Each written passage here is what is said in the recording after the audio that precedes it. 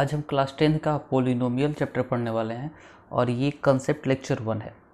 सबसे पहले हम देखेंगे कि आखिर पोलिनोमियल बोलते किसको हैं। तो पोलिनोमियल का डिफिनेशन लिखा गया है, an expression of the form p x हम पोलिनोमियल को डिनोट करते हैं a0 a1x a2x square dot dot dot an(x to the power n। अगर इस फॉर्म में होगा जहाँ पे n अगर नॉट इक्वल टू 0 होता है तो उस पोलिनोमियल को बोलेंगे कि वो x वेरिएबल में है और उसका डिग्री जो है वो 1 है।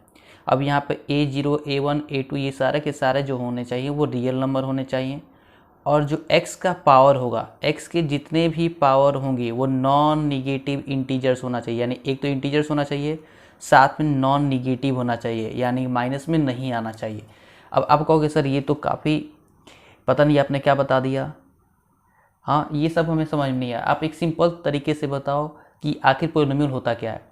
तो उसको बिल्कुल एक सिंपल तरीके से बताऊंगा आपको एग्जांपल्स के थ्रू, ताकि आपको बिल्कुल ये सारे के सारे पोलिनोमियल समझ में आ जाए। आप इजीली ये पहचान सको कि कौन से पोलिनोमियल होते हैं, कौन से पोलिनोमियल नहीं होते हैं। एक एक करके समझते हैं। तो यहाँ मैंने कुछ एग्जांपल्स लिए हैं। अब इस एग्जांपल्स के थ्रू समझेंगे कौन से पोलिनोमियल होते हैं, कौन से पोलिनोमियल नहीं। सबसे पहले इसे देखते हैं 3x + 5। तो देखो डिफिनीशन में क्या लिखा गया था कि जो पावर होना चाहिए x का यानी वेरिएबल का वो नॉन निगेटिव इंटीजर्स होना चाहिए, यानी कि माइनस का इंटीजर्स नहीं होना चाहिए। एक तो इंटीजर होना चाहिए, वो उसकी बात से निगेटिव भी तो बिल्कुल नहीं होना चाहिए। अब देखो 3x + 5, तो यहाँ x का पावर देखोगे तो x का पावर कुछ नहीं है यानी कि 1 है, तो ये तो इंटीजर्स होता है और ये पॉजिटिव भी है यानी कि ये पोलिनोमियल है। 8x² - 5x + 3, तो x का पावर 2 x का पावर 1, दोनों के दोनों इंटीजर्स हैं, दोनों पॉजिटिव इंटीजर्स हैं, तो ये भी पोलिनोमियल होगा। तीसरा देखते हैं y का पावर 3 y का पावर 2 y का पावर 1, तो तीनों y के पावर पॉजिटिव हैं और इंटीजर्स हैं, तो ये भी इंटीजर्स क्या, ये भी पोलिनोमियल होगा। ये पूरा पूरा अलजेब्रिक एक्सप्रेशन क्या हो गया, पोलिनोमियल हो गया। अब देखो √x + 3, √x square root x है, इसको हम क्या लिख सकते हैं x टू द पावर 1/2 + 3। अब देखो x का जो पावर हुआ वो रैशनल नंबर आ गया, ये इंटीजर्स नहीं है। अभी इंटीजर्स नहीं है तो जाहिर सी बात है ये पोलिनोमियल नहीं होगा। यहाँ पर देखोगे ये x है, ये 1/x को अगर कन्वर्ट करें तो ये हो जा रहा है x टू द पावर -1। तो x का पावर क्या हो गया, निगेटिव आ गया, जबकि क्या बोला गया था नॉन निगेटिव इंटीजर्स होना चाहिए। ये इंटीजर्स तो है लेकिन ये निगेटिव इंटीजर है और निगेटिव इंटीजर्स नहीं होना चाहिए था, यानी कि ये पोलिनोमियल नहीं है। यहाँ पर देखो ये y टू द पावर 1/3 - 6, तो ये क्या हो गया, ये रैशनल नंबर में है, p/q के फॉर्म में, और यहाँ तो इंटीजर्स होना चाहिए था, तो ये तो इंटीजर्स है नहीं, यानी कि ये भी पोलिनोमियल नहीं होगा। एक और एग्जांपल देखते हैं 1/x + 5, तो ये देखो यहाँ पर डिनोमिनेटर में है, इसको ऊपर किसी भी तरीके से नहीं भेज पाएंगे, तो ये क्या है, ये भी पोलिनोमियल नहीं है, क्योंकि ऊपर अगर नहीं भेज पा रहे हैं तो स्टैंडर्ड फॉर्म में तो होगा नहीं, क्योंकि इस फॉर्म में तो आ ही नहीं रहा है और इस फॉर्म में नहीं आ रहा है, तो ये तो पोलिनोमियल नहीं है। ठीक है, तो आई होप कि आपको पोलिनोमियल कैसे कौन सा होगा, कौन पोलिनोमियल नहीं होगा, ये आपको इजीली समझ में आया होगा। अब यहाँ पर जब पोलिनोमियल होगा तो वहाँ पे एक वर्ड आएगा डिग्री। तो डिग्री किसको बोलते हैं, तो डिग्री देखो जो भी वेरिएबल का जो मैक्सिमम पावर होता है, वेरिएबल का मैक्सिमम पावर पोलिनोमियल में, उसे बोलते हैं डिग्री। जैसे यहाँ पर अगर देखोगे तो यहाँ पर वेरिएबल का मैक्सिमम पावर 1 गया, तो इसकी जो डिग्री है ये 1 है। तो देखो डिग्री हम उसी के बता पाएंगे सबसे पहले तो जो पोलिनोमियल होगा, अगर पोलिनोमियल नहीं है तो उसकी डिग्री हम नहीं बता सकते हैं। यहाँ देखो 8x² - 5x + 3, तो x का पावर 1 x का पावर 2, तो मैक्सिमम 2 है तो इसकी डिग्री कितनी होगी, 2 हो गई। यहाँ y का पावर 3 y का पावर 2 y का पावर 1 y का पावर मैक्सिमम कितना है, 3 है, तो इसकी डिग्री 3 हो गई। ये तो पोलिनोमियल है ही नहीं, तो इसकी डिग्री पॉसिबल नहीं है, नॉट पॉसिबल। ठीक है, यहाँ ये भी पोलिनोमियल नहीं था तो इसकी भी डिग्री नॉट पॉसिबल। ये भी पोलिनोमियल नहीं है तो इसकी भी डिग्री नॉट पॉसिबल। ये भी पोलिनोमियल नहीं है तो इसकी भी डिग्री नॉट पॉसिबल। इसकी डिग्री नहीं हो सकता, इसकी डिग्री के बारे में बात ही नहीं कर सकते हैं, क्योंकि ये पोलिनोमियल तो है ही नहीं। और पोलिनोमियल में जो वेरिएबल का मैक्सिमम पावर होता है उसको हम डिग्री बोलते हैं। तो ये हो गई डिग्री का कंसेप्ट। अब अगला जो टॉपिक है वो है टाइप्स ऑफ पोलिनोमियल। तो टाइप्स ऑफ पोलिनोमियल हम डिग्री की बेसिस पे बहुत सारे बांट सकते हैं। मेनली हम यहाँ पर केवल 3 ही देखेंगे। सबसे पहला है लीनियर पोलिनोमियल। तो लीनियर पोलिनोमियल जो होना चाहिए वो ax + b के फॉर्म में होना चाहिए, जहाँ पे a not equal to 0, a 0 की इक्वल नहीं चाहिए, क्योंकि अगर a 0 की इक्वल हुआ तो ये पूरा का पूरा जो है वो 0 हो जाएगा और केवल क्या बचेगा b, जो कि कांस्टेंट हो जाएगा। तो वो कांस्टेंट पोलिनोमियल हो जाएगा, ना कि लीनियर पोलिनोमियल। और साथ में लीनियर पोलिनोमियल की डिग्री क्या होती है, तो डिग्री 1 होता है। यहाँ पे कुछ एग्जांपल्स दिए गए हैं। यहाँ पे x का अगर पावर चेक करोगे तो हर जगह 1 है, तो इसकी डिग्री कितनी होगी, 1 हो गई। दूसरा जो टाइप है वो है क्वाड्रेटिक पोलिनोमियल। तो क्वाड्रेटिक पोलिनोमियल इस फॉर्म में होगा ax square plus b x plus c, जहाँ a नॉट इक्वल टू 0 होगा।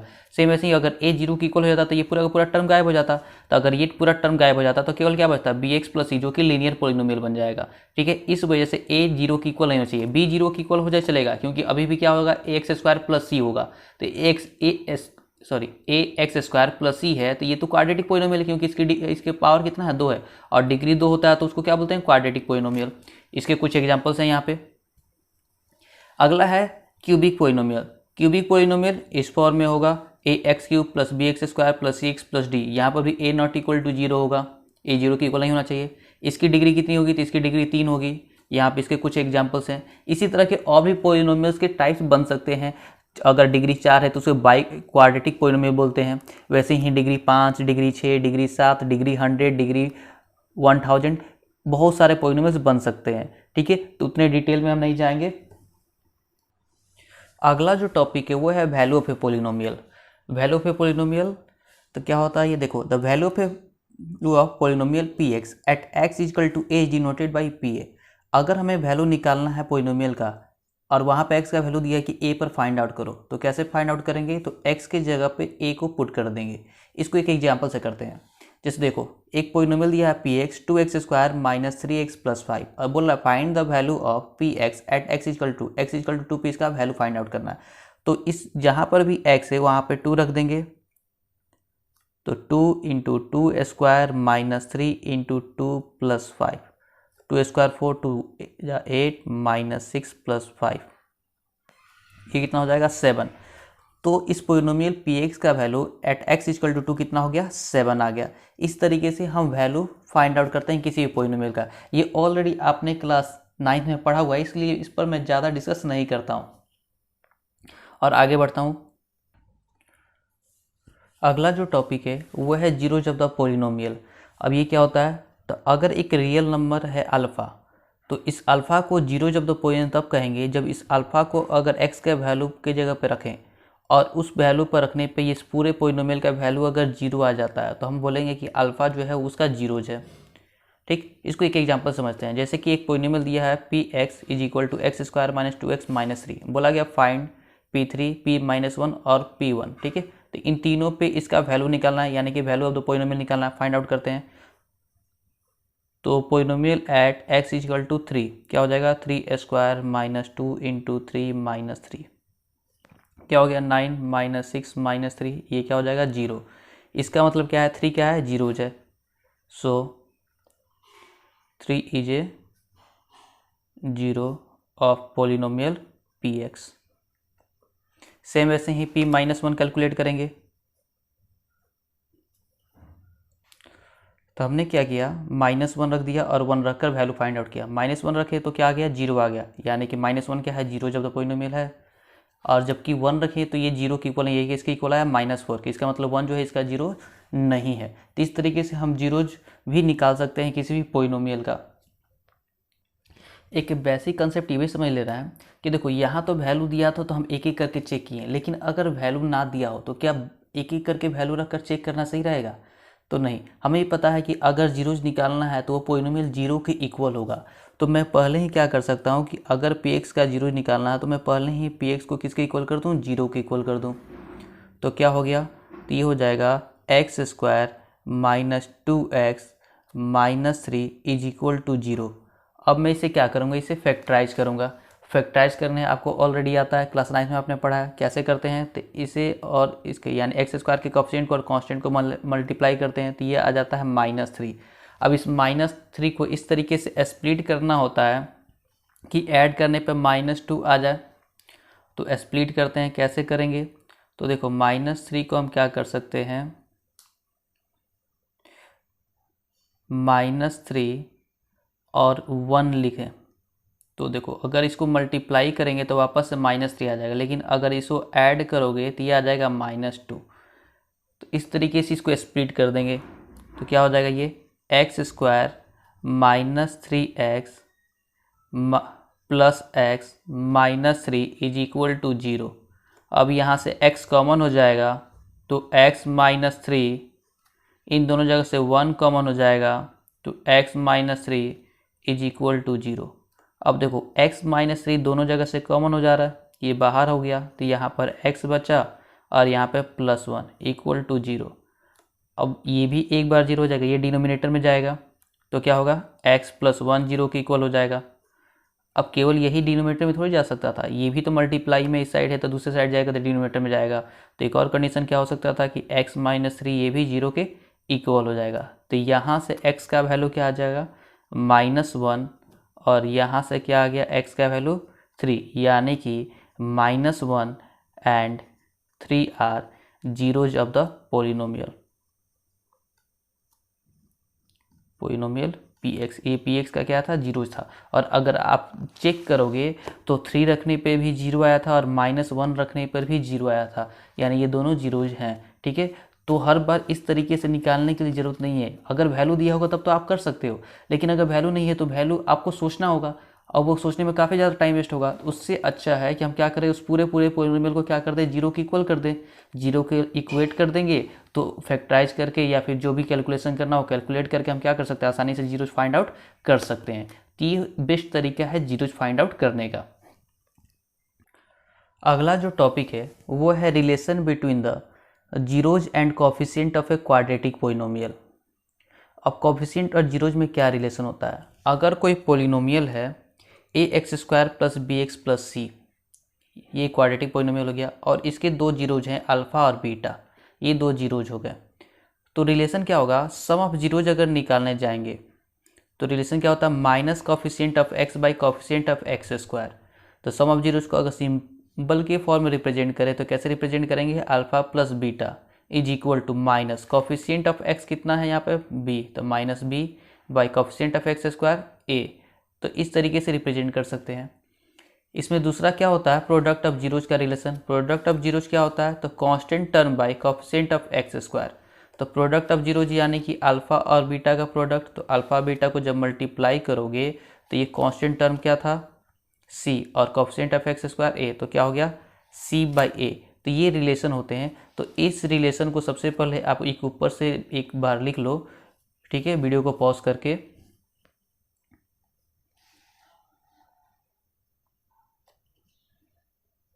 आई होप आपने लिख लिया होगा। अब मैं आगे बढ़ता हूँ, इसी रिलेशन को लेकर एक क्वेश्चन करते हैं।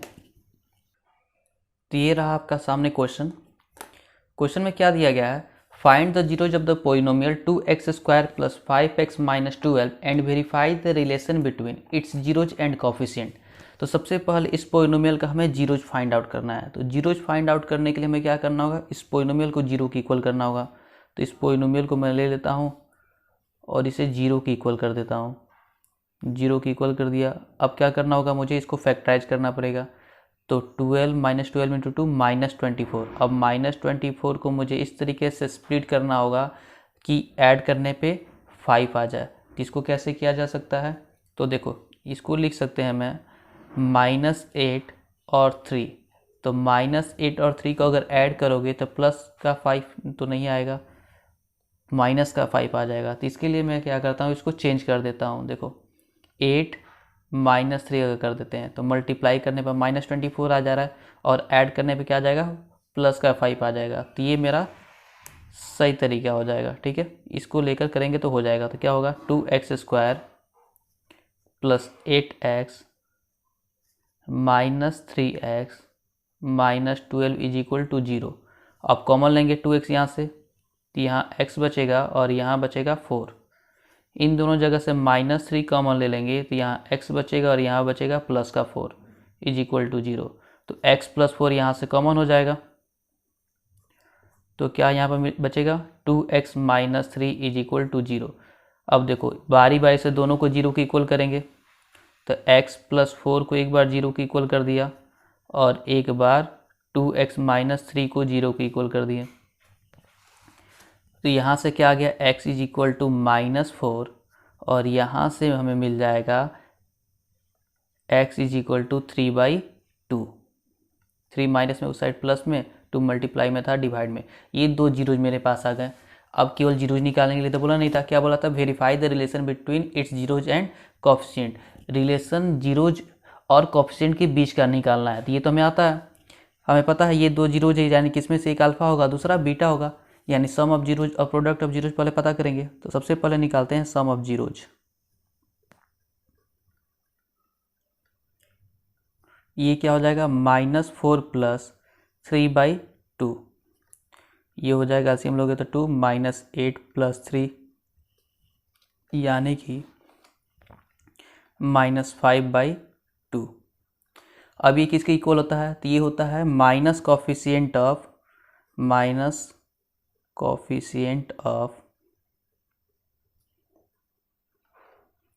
x by coefficient of x square के। चेक करते हैं हो रहा है कि नहीं हो रहा। तो माइनस कोफिशिएंट ऑफ x का कितना है, कोफिशिएंट ऑफ x 5 है, तो -5 और कोफिशिएंट ऑफ x स्क्वायर कितना है 2, तो 2।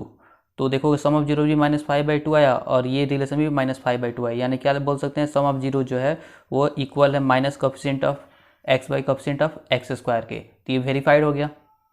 तो ये सम वाला तो वेरीफाई हो गया। अब क्या करना, अब हमें प्रोडक्ट को भी वेरीफाई करना है।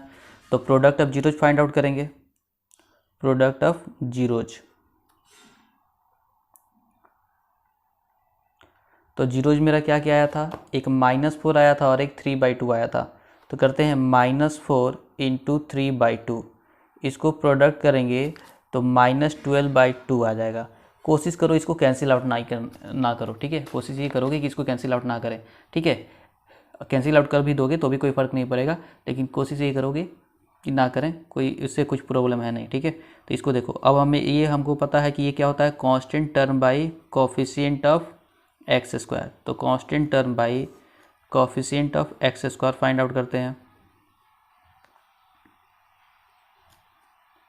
ये क्या हो जाएगा, तो कांस्टेंट टर्म यहाँ पे जो है वो कौन सा है, तो कांस्टेंट टर्म -12 और कोफिशिएंट ऑफ x स्क्वायर 2, तो -12/2। तो देखो ये और ये दोनों भी मैच कर गया, यानी प्रोडक्ट ऑफ जीरोज क्या हो जाएगा, equal to constant term by coefficient of x square.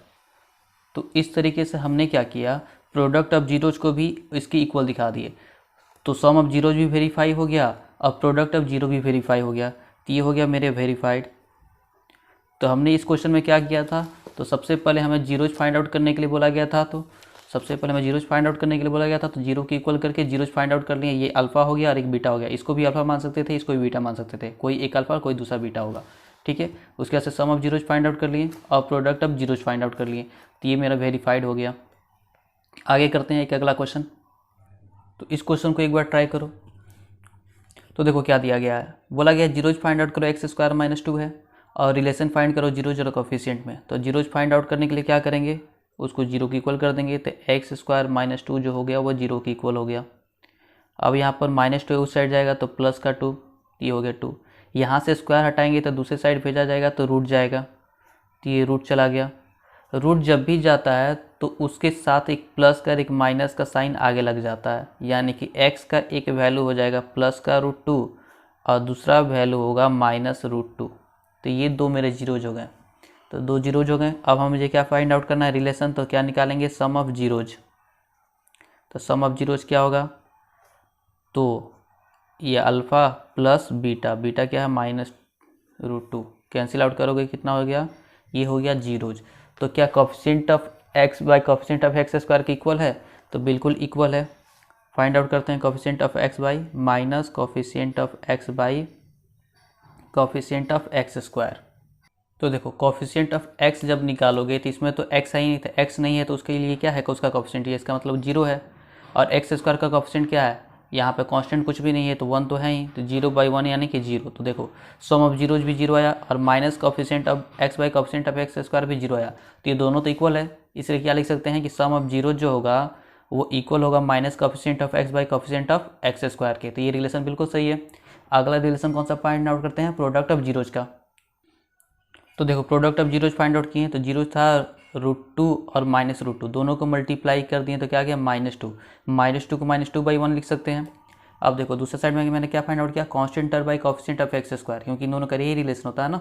तो कांस्टेंट टर्म यहाँ पर क्या था, तो कांस्टेंट टर्म था -2 और कोएफिशिएंट ऑफ एक्स स्क्वायर क्या था 1 था, तो ये क्या आ जाएगा -2/1। अब देखो ये भी -2/1 आया और ये भी -2/1 आया, तो यानी प्रोडक्ट ऑफ जीरो जो होगा वो इक्वल होगा constant term by coefficient of x square के। तो ये रिलेशन भी क्या हो गया, वेरीफाई हो गया।